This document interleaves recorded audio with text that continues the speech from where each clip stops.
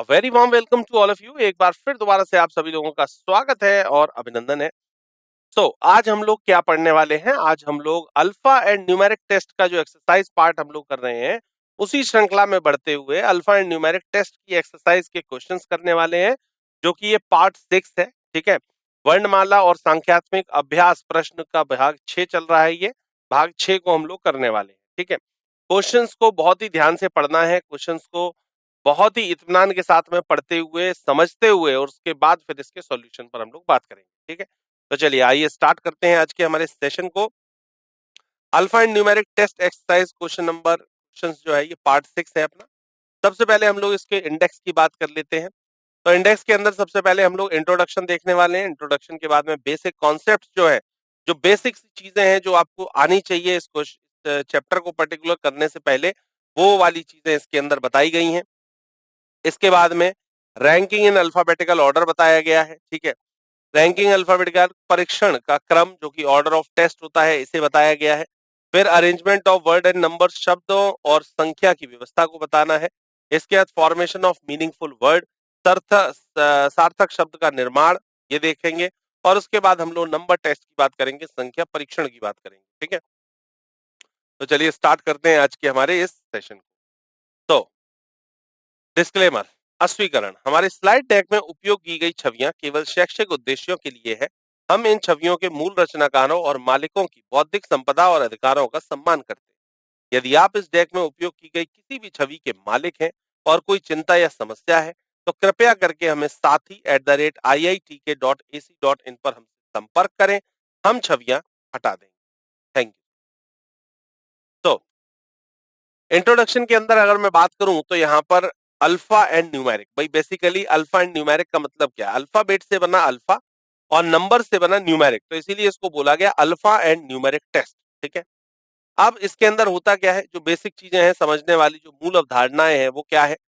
वो इसके अंदर बेसिक कॉन्सेप्ट ये है कि सबसे पहले तो आपको ए से लेकर के जेड तक के ये जो भी लेटर्स हैं, इन सभी लेटर्स का आपको प्लेस वैल्यू लर्न होना चाहिए। प्लेस वैल्यू का मतलब होता है कि कौन सा लेटर किस प्लेस वैल्यू पर, किस नंबर पर आता है, ये आपको लर्न होना चाहिए। दूसरा, जो इसी श्रृंखला में आपको एक और चीज पता होनी चाहिए, वो ये है कि अपोजिट, विपरीत जो होता है, हर एक लेटर का कोई ना कोई एक अपोजिट होता है, वो अपोजिट भी आपको लर्न होना चाहिए।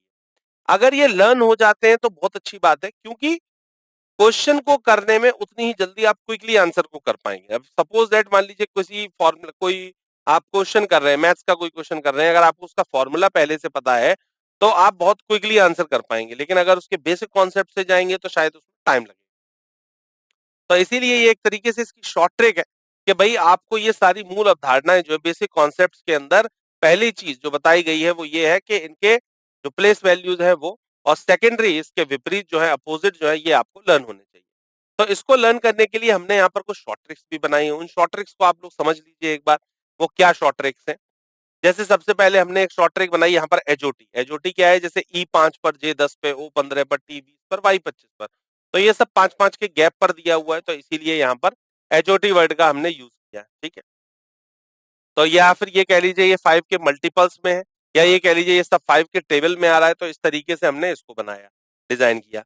इसके बाद एक वर्ड हमने बनाया सिफ्लोरैक्स। सिफ्लोरैक्स एक कफ सिरप आता है, उसको हमने यूज करके यहाँ पर क्या किया, जैसे C3 पर, F6 पर, I9 पर, तो ये सब लोग 3-3 के क्या हुए हैं, गैप पर दिए।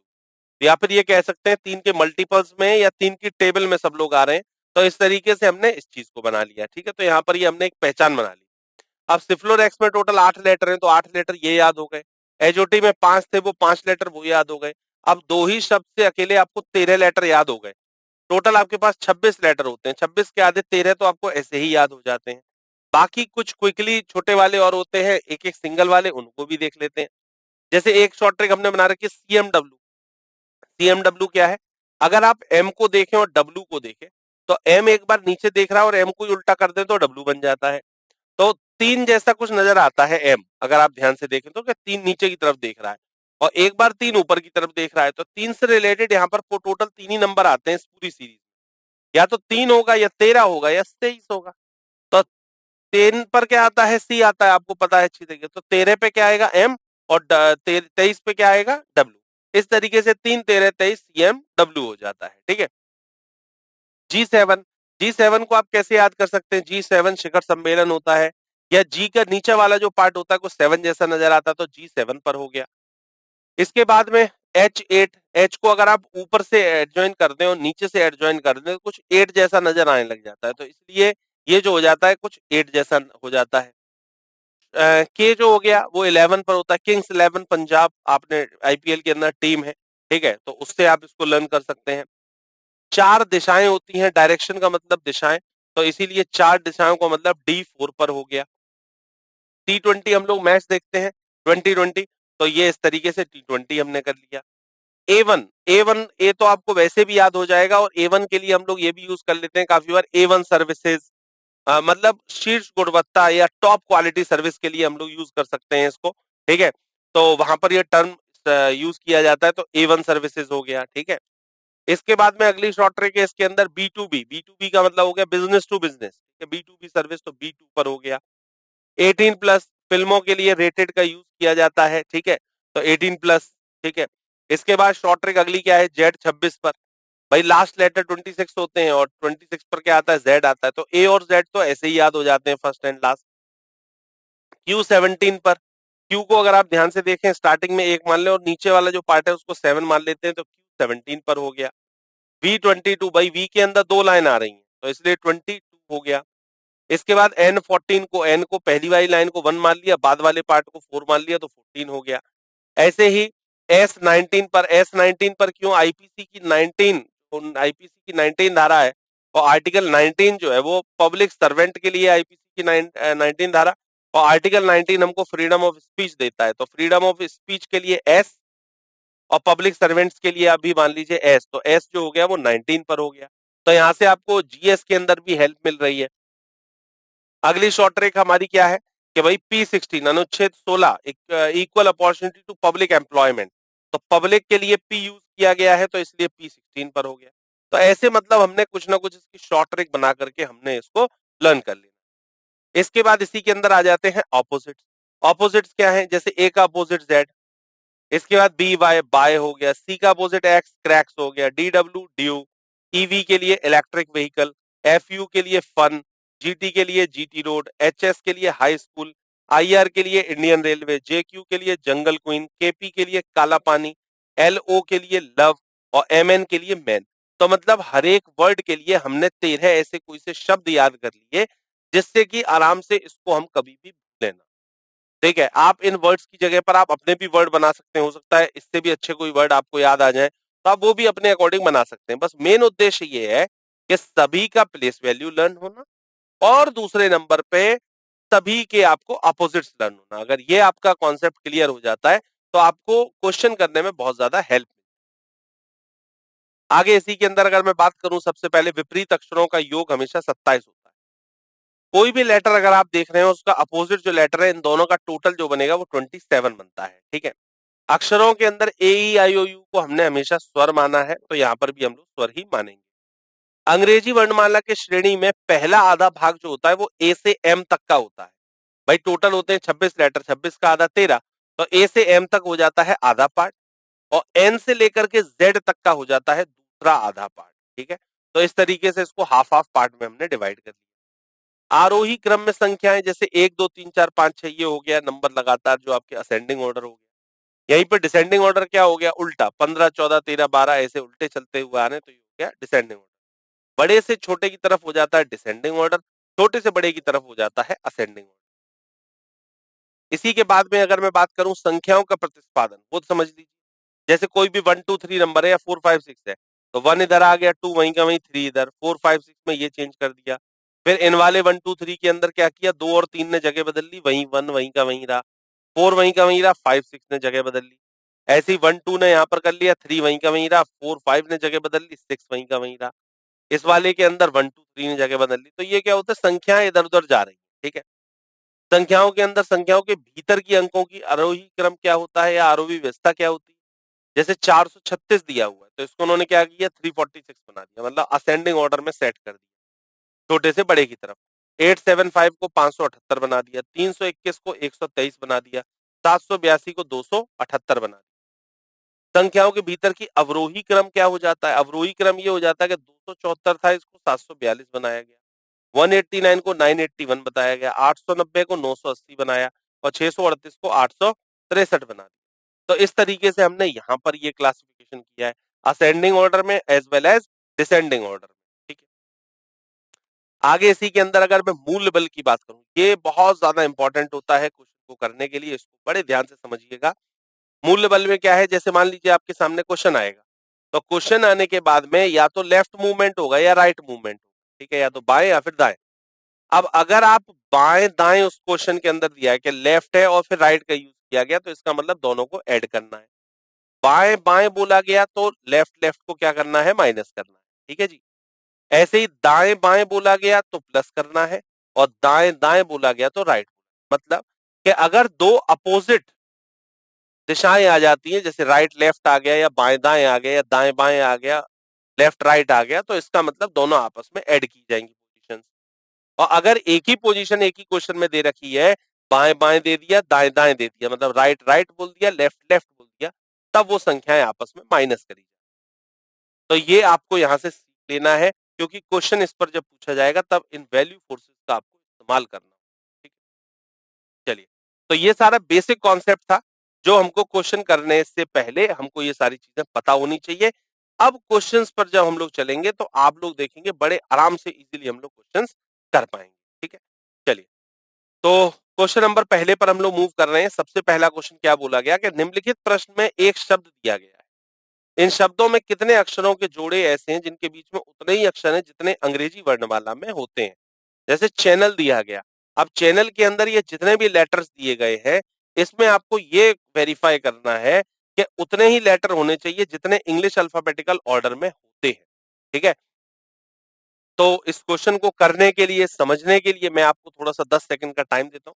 एक बार थोड़ा सा समझिए क्वेश्चन को और उसके बाद फिर इसके सॉल्यूशन पर बात करें।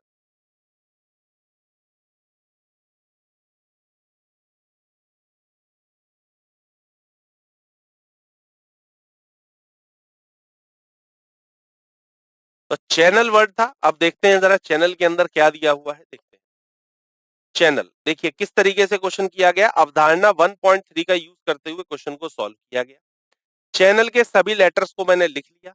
लिखने के बाद मैंने क्या किया, जैसे यहां पर सबसे पहले सभी की नंबरिंग दे दी। C3 पर आता है, H8 पे, जो जिस नंबर पे आता है वो दे दिया। अब आप ये देखेंगे ए और सी के बीच में एक का गैप है, किसका गैप है इससे फर्क नहीं पड़ता, बस ये देखना है कि कितना गैप है, एक का गैप है।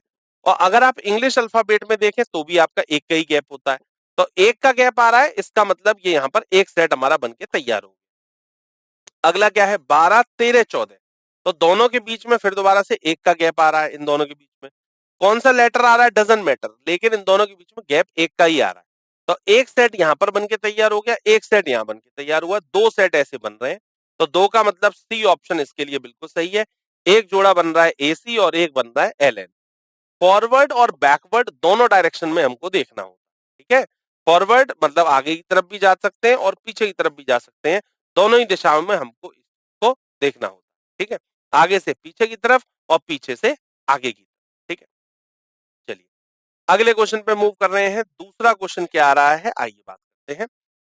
यदि शब्द कॉन्ग्रीगेशन में फर्स्ट और थर्ड अक्षर आपस में बदल जाए, मतलब कि अब थोड़ा सा क्वेश्चन पैटर्न चेंज हुआ है इसमें, कि भाई ये वर्ड दिया है, अब इसमें पहले और तीसरा अक्षर आपस में जगह बदल लेते हैं, फिर इसी तरीके से सेकंड और फोर्थ अक्षर आपस में जगह बदल लेते हैं, फिर ऐसे ही पांचवा और सातवां अक्षर आपस में जगह बदल लेते हैं। तो यह अदला बदली इस प्रकार चलती रहती है। तो नए क्रम में दाईं ओर से 10वां अक्षर कौन सा होगा, ये आपसे को पूछा जा रहा है। दाईं ओर से 10वां लेटर कौन सा होगा नई व्यवस्था के बाद में, ये आपसे उसने पूछा है। ठीक है, तो एक बार मैं आपको थोड़ा सा टाइम देता हूं क्वेश्चन को करने के लिए, थोड़ा सा करिए, एक बार समझते हैं इसको। ठीक है, फिर उसके बाद इसके सॉल्यूशन पर बात करें।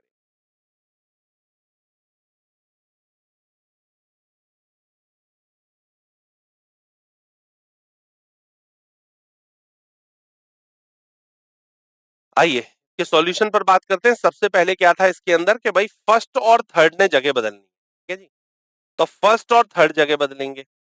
तो फर्स्ट आया थर्ड की जगह पर, थर्ड आया फर्स्ट की जगह पर, ये चेंज हो।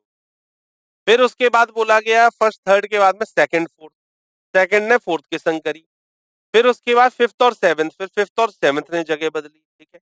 इस तरीके से सारे के सारे आपस में इन लोगों ने जगह अपनी क्या किया है, इंटरचेंजेस करे, ठीक है। अब जगह बदलने के बाद में जो नया समीकरण बन रहा है वो बन रहा है आपके सामने ये, ठीक।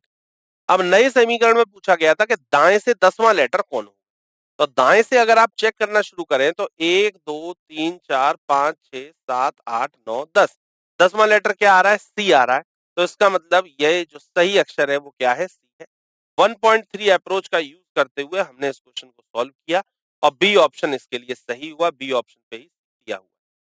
वैकल्पिक विधि एक और देख लेते हैं, ऑल्टरनेट मेथड एक और देख लेते हैं कि मूल शब्द में दाएं से 10वां अक्षर क्या था कि 13 में से 10 अगर हम माइनस कर दें तो 13 में से अगर 10 माइनस करते हैं तो बचता है 3, और तीसरे नंबर पे क्या था, तो मूल शब्द में दाएं से 10वां अक्षर निकालने के लिए 13 में से 10 गया इक्वल्स टू मूल शब्द में बाएं से तीसरा अक्षर जो था वो एन था, जैसा कि एन को नए क्रम में सी के स्थान के साथ में बदला गया, ठीक है।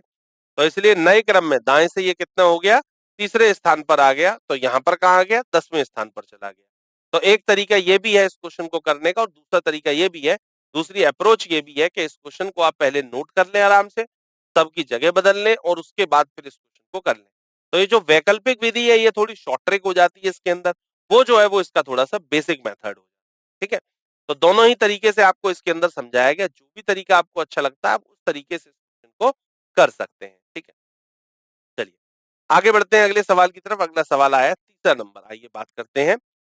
यदि करप्शन शब्द के पहले, चौथे, 9वें और 10वें अक्षरों से केवल एक अर्थपूर्ण अंग्रेजी शब्द बनाया जा सकता है तो प्रत्येक अक्षर का केवल एक बार उपयोग करते हुए, ध्यान दीजिएगा क्वेश्चन में कि क्वेश्चन क्या रहा है। करप्शन के कुछ लेटर्स हमको लेने हैं जो कि पहला, चौथा, 9वां और 10वां लेटर्स को लेना है, और अगर इनसे कोई एक अर्थपूर्ण अंग्रेजी का शब्द बनाया जा सकता है तो वो हमें बनाने की कोशिश करनी है। कंडीशन क्या है कि प्रत्येक अक्षर का केवल एक बार उपयोग करते हैं, एक ही बार यूज करना है, डबल बार यूज नहीं करना है। तो शब्द का पहला अक्षर बाएं से कौन सा होगा, जो भी शब्द बन के तैयार होगा बाएं छोर से पहला अक्षर जो भी होगा वही इसका आंसर होगा।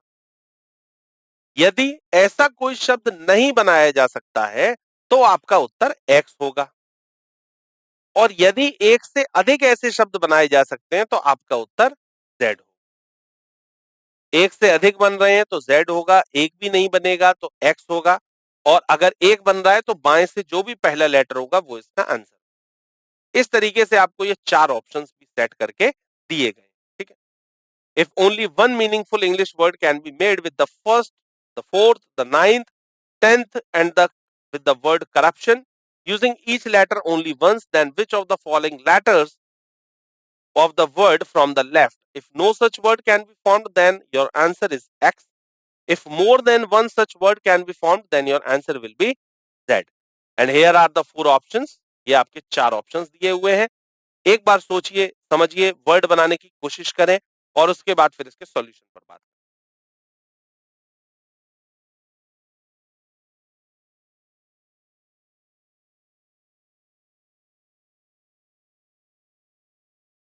तो सबसे पहले तो इसके हम जो वर्ड्स लेटर्स हैं उनको लेते हैं, कौन कौन से, पहला, चौथा, 9वां और 10वां।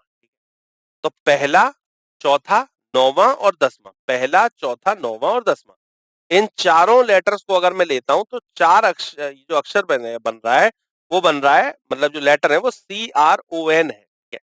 अब CRON से मिलाकर के कौन सा एक मीनिंगफुल वर्ड बना सकते हैं वो हमको देखना। एक अर्थपूर्ण शब्द बनाया जा सकता है जिसको हम लोग कहते हैं कॉर्न। कॉर्न आप जानते हैं क्या होती है, मक्का होती है, ठीक है। तो या कॉर्नफ्लेक्स कह सकते हैं, या कॉर्न हम लोग खाते हैं, ठीक है। अब कॉर्न के अंदर अगर सिर्फ एक शब्द बनाया जा सकता है, क्या और कोई शब्द बन रहा है, नहीं बन रहा है, सिर्फ एक बन रहा है। तो जब सिर्फ एक बन रहा है तो बाएं से जो पहला लेटर होगा वही इसका सही आंसर होगा। बाएं से पहला जो है वो सी आ रहा है, तो बाएं से पहला अक्षर सी है, इसका मतलब यही इसके लिए सही आंसर है, और सी ऑप्शन पर ही सी दिया हुआ है, इसका मतलब आंसर इसका सी ऑप्शन बिल्कुल सही। वैसे भी सी आंसर सही है और सी आंसर जो दिया है वो भी सी ऑप्शन पे दिया है, तो इसलिए सी ऑप्शन इसके लिए बिल्कुल करेक्ट है, परफेक्ट आंसर है, राइट आंसर। इस अप्रोच के साथ में, इस तरीके के साथ में हमने इस क्वेश्चन को सॉल्व किया है। क्वेश्चन को करने की सही अप्रोच लगाइए। हम लोग क्वेश्चंस के पीछे भागते हैं, क्वेश्चन के पीछे कभी मत भागिए, हमेशा ये देखिए कि सही अप्रोच क्या है, सही तरीका क्या है। अगर आप तरीका सीख जाते हैं तो उस तरीके के 50 नहीं अगर 100 क्वेश्चन भी आपके सामने आएंगे तो आप आराम से कर लेंगे। लेकिन अगर आप अप्रोच ही नहीं समझ पाएंगे तो क्वेश्चन करने में आपको परेशानी आएगी। चलिए आगे बढ़ते हैं अगले क्वेश्चन की तरफ। फोर्थ क्वेश्चन आया है, आइए। बोला गया था डिजाइन शब्द के अक्षरों का उपयोग करके बिना किसी शर्त के कितने शब्द बनाए जा सकते। कोई शर्त नहीं दी है, कोई कंडीशन नहीं दी गई। How many words can be formed using letter of the word design unconditionally. कोई कंडीशन नहीं है, जैसे पिछले वाले में थी कंडीशन लगी हुई थी, इसमें कोई कंडीशन नहीं है। अब आप ये देखिए कि कितने वर्ड्स बना सकते हैं। 4 से अधिक बन सकते हैं, 3 से कम बन सकते हैं, ठीक 4 बनेंगे या 8 से भी अधिक वर्ड बनेंगे। तो एक बार वर्ड्स के ऊपर थोड़ा सा ध्यान दीजिए। अगर आपकी इंग्लिश बहुत अच्छी है तो बड़े आराम से आप क्वेश्चन को कर लेंगे, वर्ड्स अगर आपको अच्छे से याद है तो। चलिए एक बार थोड़ा सा कोशिश करें, फिर इसके ऊपर आंसर की बात करें।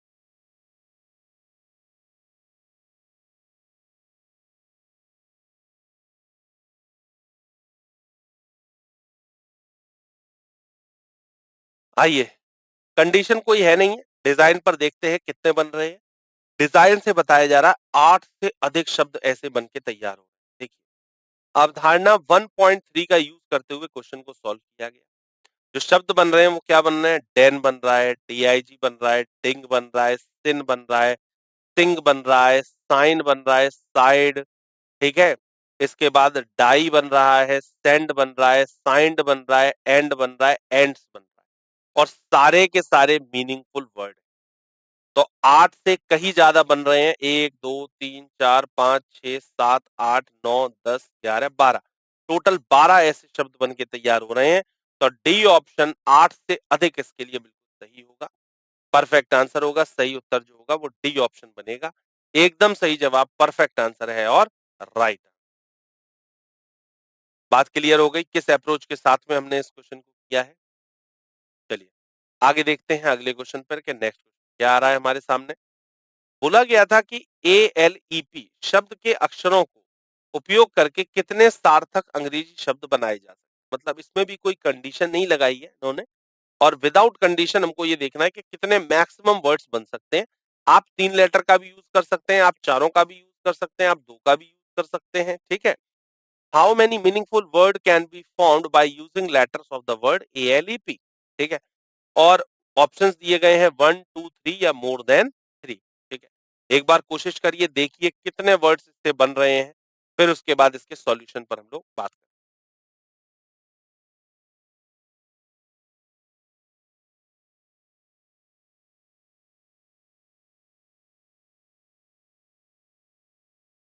आइए देखते हैं एक बार कितने ऐसे शब्द बनने चाहिए। ALEP शब्द से यूज करके 3 से अधिक शब्द बन जाएंगे। अप्रोच 1.3 लगानी है और उसी अप्रोच से लगाना है। पील, एक तो पील बन रहा है, पील का मतलब होता है छीलना। डीप, कोई चीज लीपना या फिर लीप करना। पेल, ये भी एक मीनिंग, और एक प्ली, बिल्कुल। ये 4 वर्ड एकदम मीनिंगफुल वर्ड बन के तैयार हो रहे हैं, और 4 का मतलब हो गया डी ऑप्शन। तो डी ऑप्शन इसके लिए बिल्कुल सही है। 4 सच वर्ड्स आर फॉर्म्ड, 4 ऐसे शब्द बन के तैयार हो रहे हैं। तो बिल्कुल सही जवाब होगा वो होगा 4। ये हम लोग डी ऑप्शन पर गए हैं, डी ऑप्शन बिल्कुल सही है। पील, डीप, पेल और प्ली, ये आपके 4 वर्ड्स बन रहे हैं, ठीक है। आगे बढ़ते हैं अगले क्वेश्चन की तरफ। 6th क्वेश्चन आया है। क्या बोला गया कि दिए गए विकल्प शब्दों में से उस शब्द का चयन करें जिसे दिए गए शब्द के अक्षरों का उपयोग करके नहीं बनाया जाए। From the given alternative word, select the word which cannot be formed using the letters of the given. मतलब एनवायरमेंट में जितने भी लेटर्स हैं, इनसे यूज करके कौन सा ऐसा शब्द है जो नहीं बनाया जा सकता है। मतलब एक नहीं बन रहा होगा और बाकी 3 बन रहे होंगे, और जितने भी लेटर हैं उनका यूज एक ही बार करना है, इस बात का भी ध्यान रखिएगा। मतलब जैसे एनवायरमेंट के अंदर अगर मैं देखूं तो एन आपका 3 बार आया है, तो आप 3 बार अगर किसी उसके अंदर जाएंगे तो 3 बार अगर आ रहा है तो ठीक है। लेकिन 4 बार अगर 4 एन आ गए हैं किसी शब्द के अंदर तो आप उसको नहीं कर सकते। जितने लेटर ऊपर दिए हैं केवल उतनों का ही यूज करना है, इससे एक्स्ट्रा नहीं, इससे कम नहीं, ठीक है।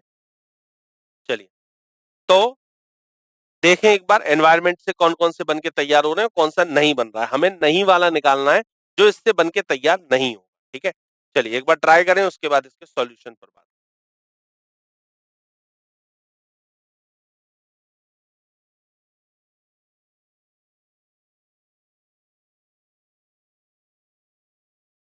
चलिए आइए देखते हैं कि एनवायरनमेंट से क्या नहीं बन के तैयार होगा। अगर आप ये ध्यान से देखें तो इससे एंट्रेंस बन के तैयार नहीं। एंट्रेंस क्यों नहीं बन रहा है, इसके पीछे रीजन क्या है।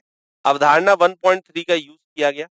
शब्द एंट्रेंस को एनवायरनमेंट शब्द के अक्षरों से नहीं बनाया जा सकता है क्योंकि दिए गए शब्द में अक्षर ए और सी गायब है।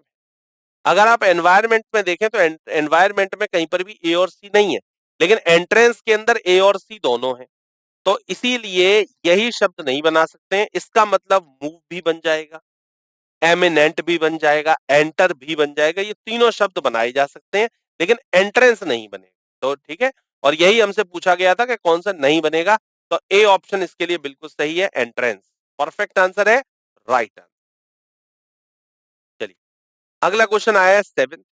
सेम क्वेश्चन लग रहा है उसी तरीके से है कि दिए गए विकल्पिक शब्दों में से उन शब्दों का चयन करें जिन्हें दिए गए शब्द के अक्षरों का उपयोग करके नहीं बनाया जा। From the given alternative word, select the word which cannot be formed using the letter of the given word. और जो वर्ड जो है वो है क्या, इंटरडिपेंडेंट। ठीक है, अब इनसे कौन सा नहीं बनाया जा सकता है वही देखना है। मतलब 3 बन रहे होंगे, एक नहीं बन रहा होगा, तो जो नहीं बन रहा है वही इसके लिए सही जवाब होगा। 10 सेकंड है आपके पास, करिए।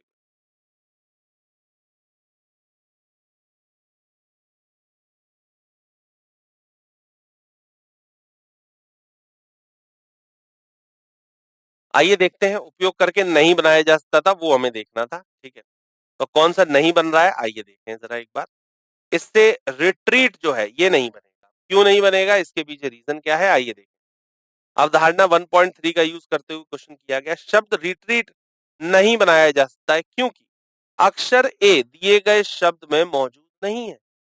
इंटरडिपेंडेंट के अंदर कहीं पर ए नहीं दिया है, और क्या कहते हैं इसके रिट्रीट के अंदर ऑलरेडी ए दिया हुआ, तो इसलिए यही नहीं दिया है, इसलिए यही नहीं बनाया जा सकता। बी ऑप्शन, ये वैकल्पिक बी जो है, या विकल्प बी जो है वो इसके लिए बिल्कुल सही है, परफेक्ट आंसर। रिट्रीट में ए आ रहा है, इंटरडिपेंडेंट में कहीं पर भी ए नहीं आ रहा, ये नहीं बना सकते।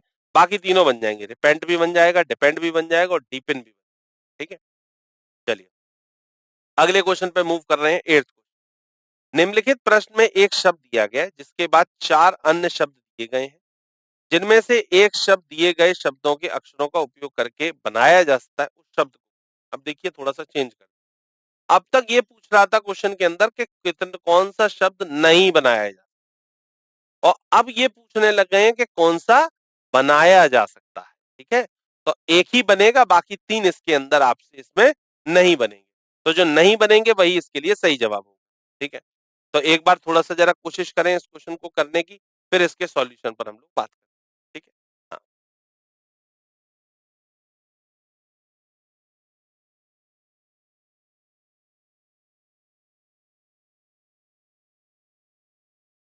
देखते हैं। आइए इसके सॉल्यूशन पर हम लोग बात करते हैं। देखिए भाई एक बात समझिए, जैसे ये जो वर्ड दिया है डेमोक्रेसी, ठीक है, अब इससे मर्सी शब्द, इस शब्द के सभी अक्षर मुख्य शब्द में मौजूद है। ठीक है, मतलब MERCY अगर आप देखें तो MERCY बनाया जा सकता है, बाकी सेक्रेसी, माइक्रो और ये डायमंड नहीं बनाया जाता है। तो सी ऑप्शन इसके लिए बिल्कुल सही है। कॉन्सेप्ट अपने लगाया है 1.4 अप्रोच के साथ में कुछ किया है। Mercy, all the letters of this word represent in the main word. Hence, mercy can be formed from the letter democracy. तो डेमोक्रेसी से हमने इस शब्द को बना करके तैयार कर लिया है। ये शब्द इससे बनाया जा सकता है। ठीक है, चलिए आगे बढ़ते हैं अगले क्वेश्चन की तरफ। नेक्स्ट क्वेश्चन पर आते हैं। क्वेश्चन नंबर 9 आया है। क्या दिया गया है, आइए पढ़ते हैं कि निम्नलिखित प्रश्न में एक शब्द दिया गया है जिसके बाद 4 अन्य शब्द दिए गए हैं, जिसमें से एक शब्द दिए गए शब्द के अक्षरों का प्रयोग करके बनाया जा सकता है। उस शब्द को खोजें। In the following question a word has been given followed by 4 other words, one of which can be formed. एक बनाया जा सकता है, बाकी के नहीं बनेगा। बनेगा वही इसके लिए सही जवाब होगा। ऑप्शन दिए गए थे टिनी, कॉपी, मेंशन और मोटिव। 10 सेकंड है आपके पास, ट्राई करें एक बार।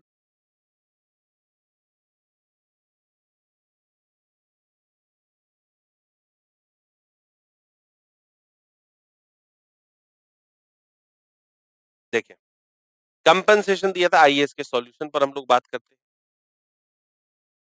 सबसे पहले हमने यहाँ पर अप्रोच लगाई और अप्रोच के साथ में कंपनसेशन आया। कंपनसेशन के अंदर हमने देखा कि टिनी, भाई mention all the letters of this word are present in the main word. Mention जो वर्ड है ना, इसको ही हम बना सकते हैं, इसके सारे लेटर ऊपर दिए हुए, तो जिससे बनाया जा सकता है वही सही है। तो सी ऑप्शन इसके लिए सही होगा, मेंशन कैन बी फॉर्म्ड, यही इसके लिए सही जवाब है, परफेक्ट आंसर है और राइट आंसर। तो 1.4 अप्रोच का यूज करते हुए हमने इसको सॉल्व किया है। ठीक है, चलिए आगे आते हैं अगले क्वेश्चन पे, 10 नंबर पे। 10 नंबर क्वेश्चन क्या कह रहा है, आइए देखते हैं। बोला गया था उस संख्या के संयोजन का चयन करें जो एक सार्थक शब्द बनाया जाए। अगर एक सार्थक शब्द इससे बनाया जा सकता है, वही चीज हमें देखनी है इसके अंदर। जैसे ये वर्ड दिया था, इन सभी के 1 2 3 4 5 6 7 8, इनको हमने नंबरिंग दी, 1 2 3 4 5 6 7 8। ठीक है, अब जो भी इससे वर्ड बन के तैयार हो, उसका जो ऑर्डर होगा उस नंबर पे, जैसे एन को आपने 1 दे दिया, पी को आपने 2 दे दिया, ओ को आपने 3 दे दिया, ए को आपने 5 दे दिया, इस तरीके से नंबरिंग दे देनी है। और फिर उससे देखना है कि कौन सा एक मीनिंगफुल वर्ड बन के तैयार हो रहा है।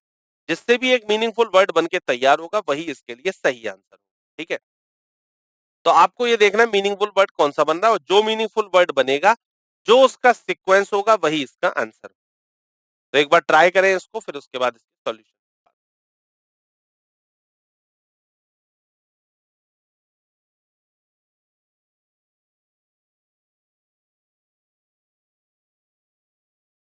चलिए आइए देखते हैं क्या इससे वर्ड बनना चाहिए। इससे बी ऑप्शन बताया गया है, और वो वर्ड जो बन रहा है वो बन रहा है कंप्लेन।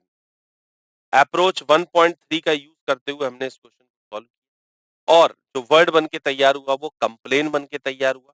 और कंप्लेन जो दिया गया है, कंप्लेन के जो लेटर्स का जो बनेगा, वो आपके बी ऑप्शन के अकॉर्डिंग बनेगा। स्पष्ट रूप से दिए गए अक्षर इससे क्रम में व्यवस्थित किया जाता है, तो शब्द कंप्लेन बनाया जाता है या कंप्लेन बनता है।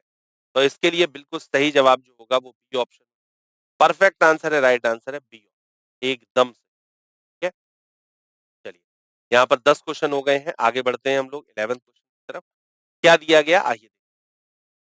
नीचे कुछ अक्षरों के समूह दिए गए, कौन से विकल्प इन अक्षरों के अंत में जोड़ करके उन्हें सार्थक शब्द बनाया जा सकता है। मतलब कि ये जो ए डी बी के दिया हुआ है, इन चारों को, इन चारों में से किसी एक लेटर को हमें पिक करना है, और इन लेटर्स के हमको एंड में या फिर स्टार्टिंग में जोड़ करके हमें एक मीनिंगफुल वर्ड बन के तैयार करना है। अंत में जोड़ा जाता है, तो लास्ट में हमें जोड़ना है। ठीक है, तो लास्ट में जोड़ करके ये देखना है कि कौन सा इससे एक मीनिंगफुल वर्ड बन के तैयार हो रहा है। अगर जिससे बन रहा होगा वही इसके लिए सही आंसर।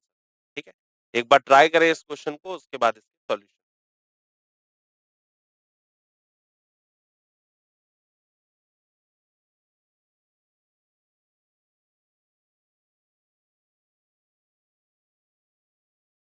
आइए बात करते हैं इसके अंदर क्या होना चाहिए। ये दिया गया था, अब इसके अंदर हम लोगों को देखना था कि कौन सा एक मीनिंगफुल वर्ड बन के तैयार हो। देखिए बी, बी का मतलब हो गया डी। तो डी अगर आप लास्ट में लगा दें सभी के, तो एक मीनिंगफुल वर्ड सभी में बन के तैयार होगा। जैसे लैंड, सैंड, वर्ड और सीड, ये 4 वर्ड आपके बन के तैयार हो रहे हैं। सब में अगर जोड़ा जा रहा है तो देखिए लैंड, सैंड, वर्ड और सीड, ये बन के तैयार हो रहा है। अप्रोच 1.3 का यूज करते हुए हमने इस क्वेश्चन को सॉल्व किया, और अक्षर डी को जोड़ा गया, और तब हमने ये चारों वर्ड्स को तैयार कर लिया। तो इसके लिए जो सही आंसर बैठेगा वो बी ऑप्शन होगा। परफेक्ट आंसर है, राइट आंसर है बी ऑप्शन, एकदम सही जवाब, परफेक्ट। चलिए 12 नंबर क्वेश्चन पे आ रहे हैं। क्या बोला गया, निम्नलिखित शब्दों के आगे कौन सा एकल अक्षर ऐसा जोड़ा जाए। अब पहले कहां जोड़ा गया था, पीछे, अब कहां जोड़ना है, आगे। जोड़ने से पूरी तरह से नए शब्द बनाया जा सकता है, एक नया शब्द बन के तैयार हो जाए, ठीक है, वो चीज इसके अंदर हमको ऐड करनी है। तो टिल, टेबल, पाइल, टैब और प्रिंग, कौन सा इससे बनाया जा सकता है? एक शुरुआत में एक लेटर यूज करना है और उससे हमको एक मीनिंगफुल वर्ड हमको एक तैयार कर लेना है सभी, ठीक है। तो इसके लिए 10 सेकंड है, आपको करिए।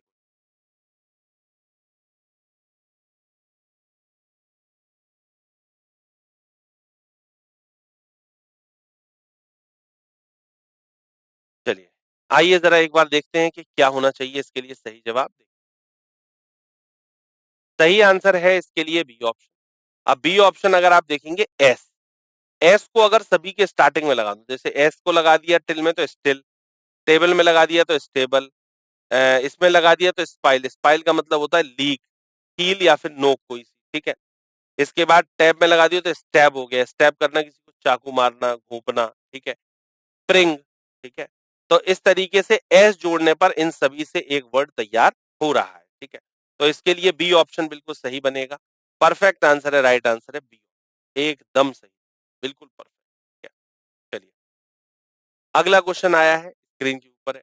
अव्यवस्थित अक्षरों को पुनर्व्यवस्था करें ताकि सार्थक शब्द बना सके और फिर उसमें एक को चुने जो अलग है।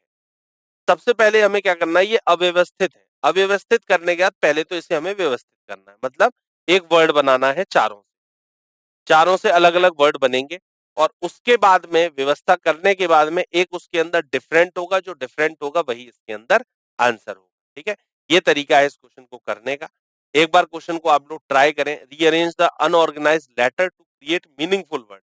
पहले तो एक मीनिंगफुल वर्ड बना लेना है and then choose one of the which is different, और फिर उसके अंदर एक अलग होगा, जो अलग होगा वही उसका आंसर होगा, ठीक है। तो करिए एक बार ट्राई इस क्वेश्चन को, फिर इसके सॉल्यूशन पर बात।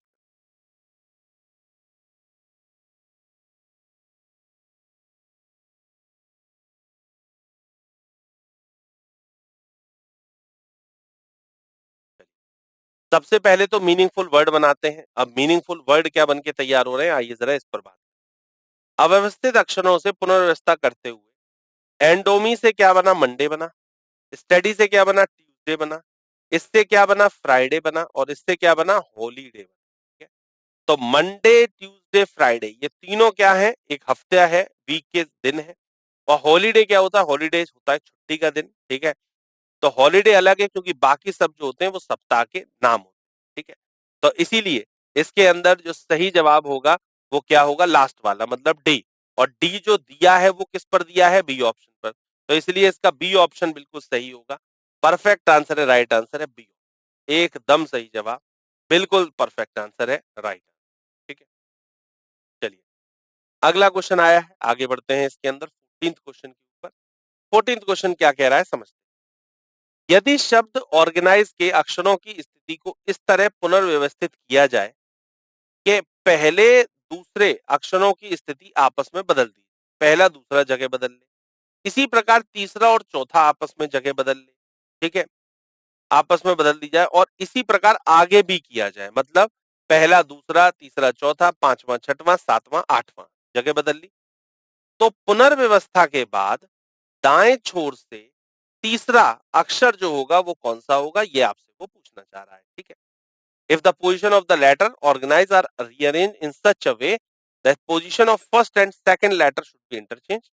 Similarly, the position of third and the fourth letter should be interchanged, and so on in the same sequence. So, which one of the following will be the third from the right end after the rearrangement? Rearrangement के बाद right से third letter कौन सा होगा, वही आपका सही answer, ठीक है। तो आपको 10 सेकंड देता हूं इस क्वेश्चन को समझने के लिए, करने के लिए, फिर इसके सॉल्यूशन।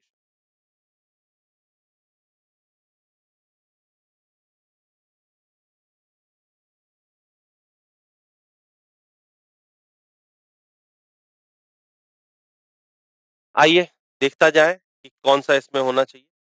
1.3 अवधारणा का यूज करते हुए हमने क्वेश्चन को ऑर्गेनाइज में क्या किया, ओ इधर आर, फर्स्ट सेकंड ने जगह बदली, थर्ड फोर्थ ने कर ली, फिफ्थ सिक्स ने कर ली, और फिर सेवंथ एट्थ ने जगह बदली। जगह बनने के बाद में ये नया वर्ड आपके सामने बन के तैयार हुआ। अब जो ये नया वर्ड बन के तैयार हुआ है, इस नए वर्ड के अंदर पुनर्व्यवस्था के बाद दाएं छोर से तीसरा जो है वो है n, तो n जो होगा वो दाएं छोर से तीसरा होगा, यही इसके लिए सही जवाब है। ठीक है, तो ए ऑप्शन n जो होगा वो इसके लिए सही जवाब है, जो कि फर्स्ट ऑप्शन पर ही आपको दिया हुआ है। तो फर्स्ट ऑप्शन n इसके लिए परफेक्ट आंसर है, राइट आंसर। चलिए समरी पर बात कर लेते हैं। आज हम लोगों ने इंट्रोडक्शन और बेसिक कॉन्सेप्ट इसके अंदर हम लोगों ने सीखे। अक्षर रैंकिंग इन अल्फाबेटिकल ऑर्डर को हमने सीखा है, ऑर्डर ऑफ टेस्ट जो परीक्षण का क्रम है उसको सीखा है, arrangement of word and number शब्द एवं अंक संख्याओं की व्यवस्था को सीखा है, और अर्थपूर्ण शब्द हमने बनाने देखे हैं, किस तरीके से अर्थपूर्ण शब्द बन के तैयार हो रहे हैं, और संख्या परीक्षण भी हमने इसके अंदर देखा है। ठीक है, तो इस तरीके से हमने इन क्वेश्चंस को किया है। ठीक है, आगे भी मुलाकात होती रहेगी, तो आगे के सेशंस में हम लोग जब मुलाकात करेंगे तो इसके आगे के क्वेश्चंस को हम लोग करेंगे। तब तक के लिए थैंक यू।